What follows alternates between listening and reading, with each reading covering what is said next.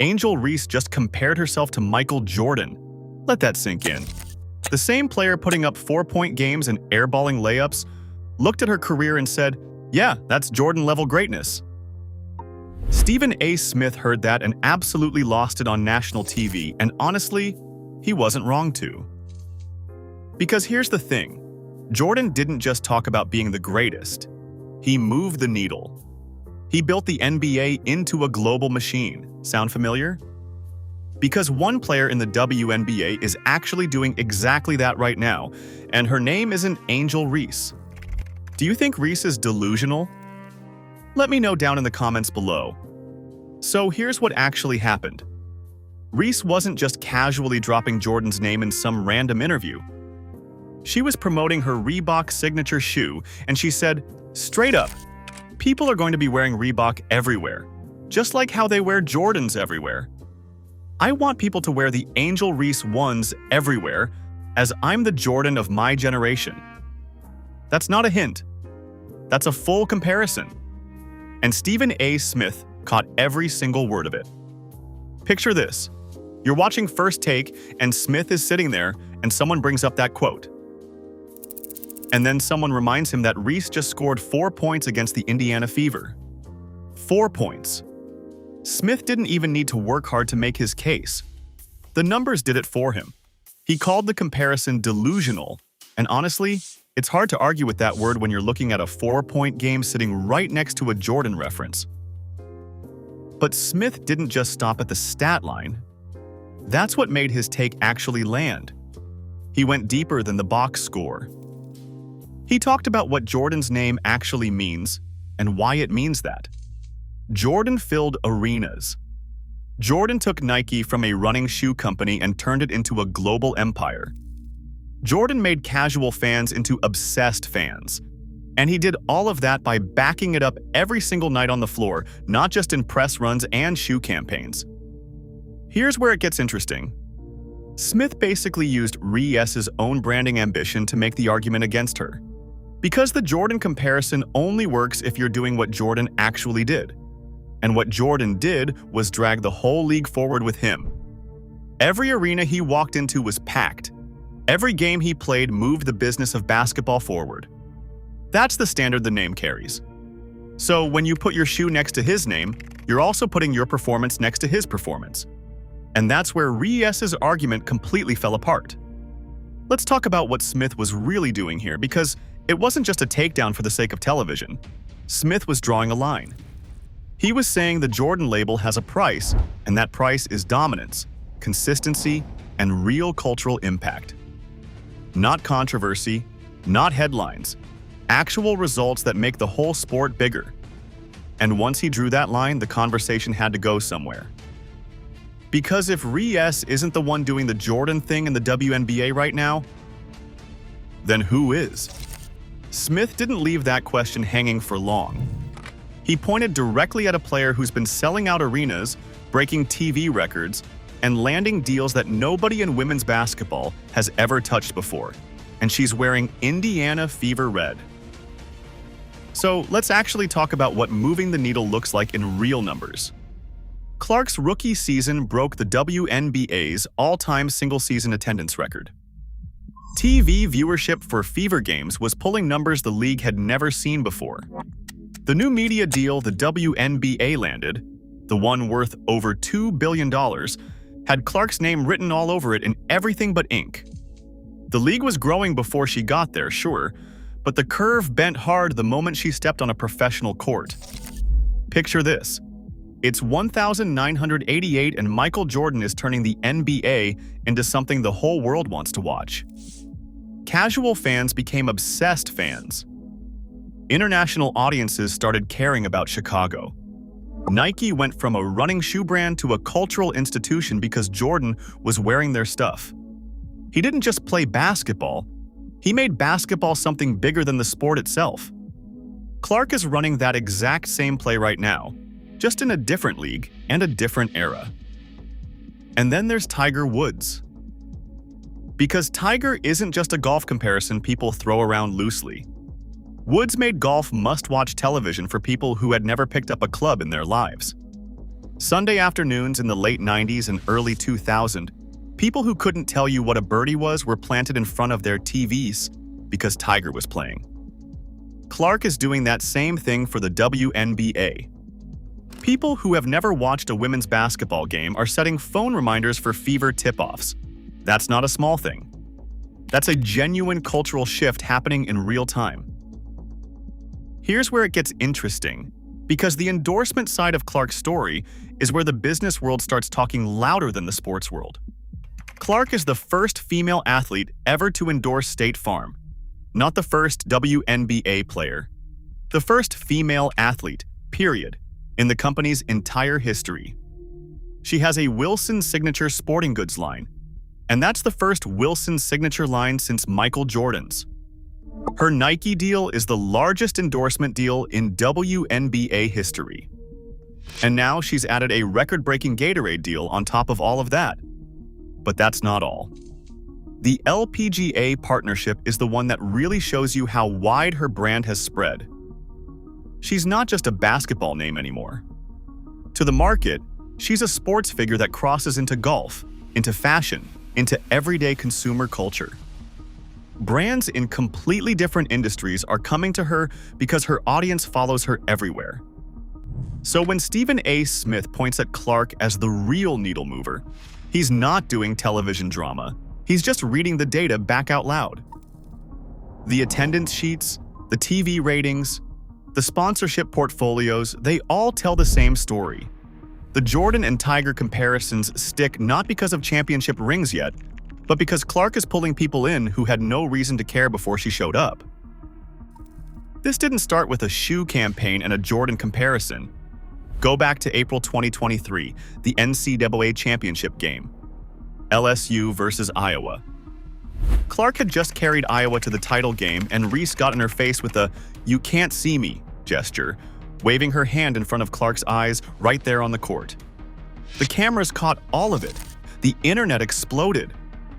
And Reese leaned into every second of that attention hard. Now here's the thing. That moment wasn't just a taunt. It became the foundation Reese built her whole brand on. Controversy over performance, headlines over box scores. And that might work for a while, but it also means every single thing you do after that gets measured against that same energy. So when Clark started getting bigger crowds, bigger deals, bigger headlines, people were already watching to see how Reese would respond. And the response was always the same. Clark gets buzz around a record TV deal. Reese pops up with a comment or a provocative marketing push. Clark lands a major sponsor. Reese finds a way to make noise. It's been reactive from day one. There's no moment where Reese just put her head down and let her game do the talking, because the game wasn't doing enough talking on its own. Let's talk about the Chicago Sky drama, because that fits this exact same pattern. Instead of just going out and balling and proving her value, Reese went public with frustration about her team's roster decisions. She called out the front office publicly. And look, players have legitimate gripes sometimes, right? But there's a way to handle that internally, and there's a way that gets you headlines. Reese picked the headlines every time. Here's where it gets interesting. That strategy has a short shelf life. Clicks are not the same thing as credibility. Sponsors are not scrolling Twitter looking for controversy to invest in. They are watching the full picture. Every public complaint gets logged. Every beef, every call-out, every moment where you make yourself the story for the wrong reasons, all of it builds up into a profile that brands have to weigh when they're deciding where to put their money. And then you look at Clark. Her public comments are about the fever improving, about wanting to compete for a championship, about the league getting better deals and better coverage. She's talking like someone building something. Reese is talking like someone counting what she hasn't been given yet. So the Jordan comparison wasn't random. It came from 2 years of watching Clark get the recognition Reese wanted, the covers, the deals, the sold-out arenas, and not being able to close that gap where it actually counts, which is on the floor. So she tried to close it in a shoe promo instead. So while Reese is out here comparing herself to Jordan, her signature Reebok shoe is sitting in bargain bins, not flying off shelves, not selling out in minutes. Sitting there, marked down, waiting for someone to pick it up. And that shoe has been on the market for months now. Picture this. The Reebok deal was supposed to be Reese's big proof of concept. Her own shoe, her own line, her name on a product that fans would actually go out and buy. That's how you show the market your star power is real. That's how you back up the brand you've been building since that 2023 championship game. Instead, the shoe underperformed badly enough that Reebok has already quietly pulled back on marketing it. No big announcement, no drama, just the campaign stopped. And in the brand world, that silence is loud. Let's talk about what that actually means. When a company stops pushing a product, it's not because things are going great. Reebok put money behind that shoe and the consumer didn't respond the way they needed them to. So now there are real questions inside Reebok about where this partnership goes long-term. That's a massive shift from where things were when the deal first got announced and everyone was treating it like this huge moment for Reese's brand.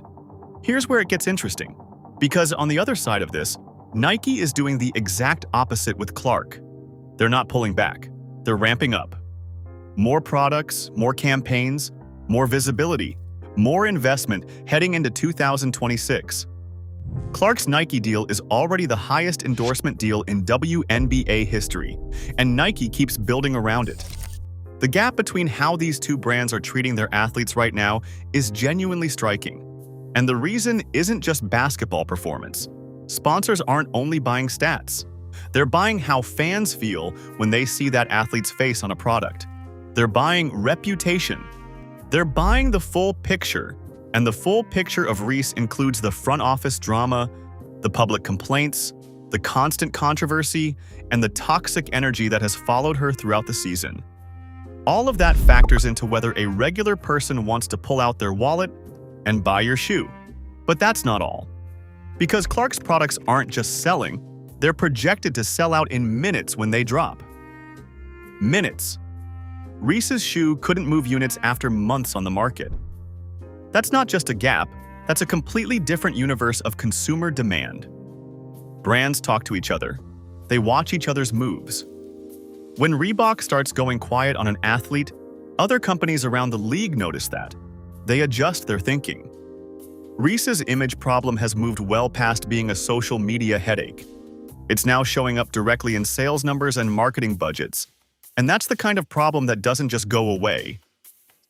So Clark walks into her NBA on NBC analyst debut, and someone asks about the WNBA CBA situation.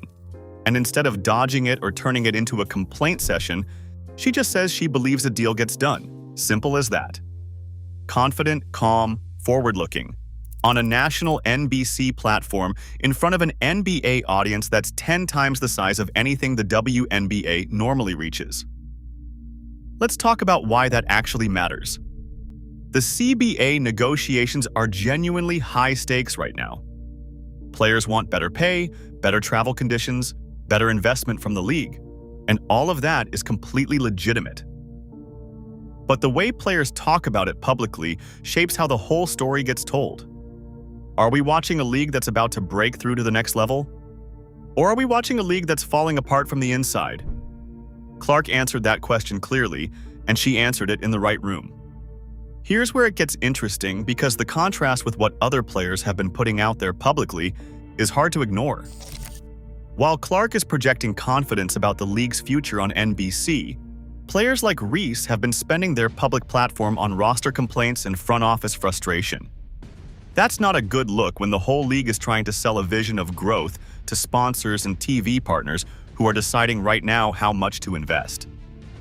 And those sponsors and TV partners are absolutely paying attention to this. They watch how the faces of the league talk about its future. A player who sounds like she's building something gives them a reason to stay in. A player who sounds like she's collecting grievances gives them a reason to look somewhere else. Clark is out there on NBC talking like a league builder. And that's exactly the energy the WNBA needs attached to its biggest name right now. But that's not all. Because beyond the CBA stuff, the actual basketball outlook for the Fever in 2026 is genuinely exciting. Clark alongside Lexi Hull, Aaliyah Boston, Kelsey Mitchell and Sophie Cunningham, that's a real roster. That's a group that can compete at a high level, not just draw cameras. Last season showed what that core is capable of, even with Clark dealing with injuries and the team still figuring things out. Another full year together, a healthy Clark from tip-off, and that group gets dangerous fast. The optimism around Indiana isn't just fan hype. It's grounded in real things. The chemistry that group built, the defensive toughness Hull and Cunningham bring, the inside presence Boston provides, and Mitchell's ability to create off the dribble. Surround all of that with a healthy Clark running the offense, and the Fever aren't just must-watch TV anymore. They're a legitimate championship conversation team heading into 2026. The verdict is already in. So here's what all of this adds up to. Clark has a record Nike deal, a record Gatorade deal, a Wilson signature line, a State Farm partnership, and products projected to sell out in minutes. Reese has a shoe sitting in a bargain bin with Reebok quietly pulling all the marketing behind it. And now there's real speculation that Reebok might drop her entirely. The market didn't need Stephen A. Smith to make this call. It already made it on its own. Do you think Reese is delusional? Let me know down in the comments below and show your support for Caitlin. Like, subscribe, and turn on all notifications so you never miss out. Click the video on the screen, and we will see you in the next one.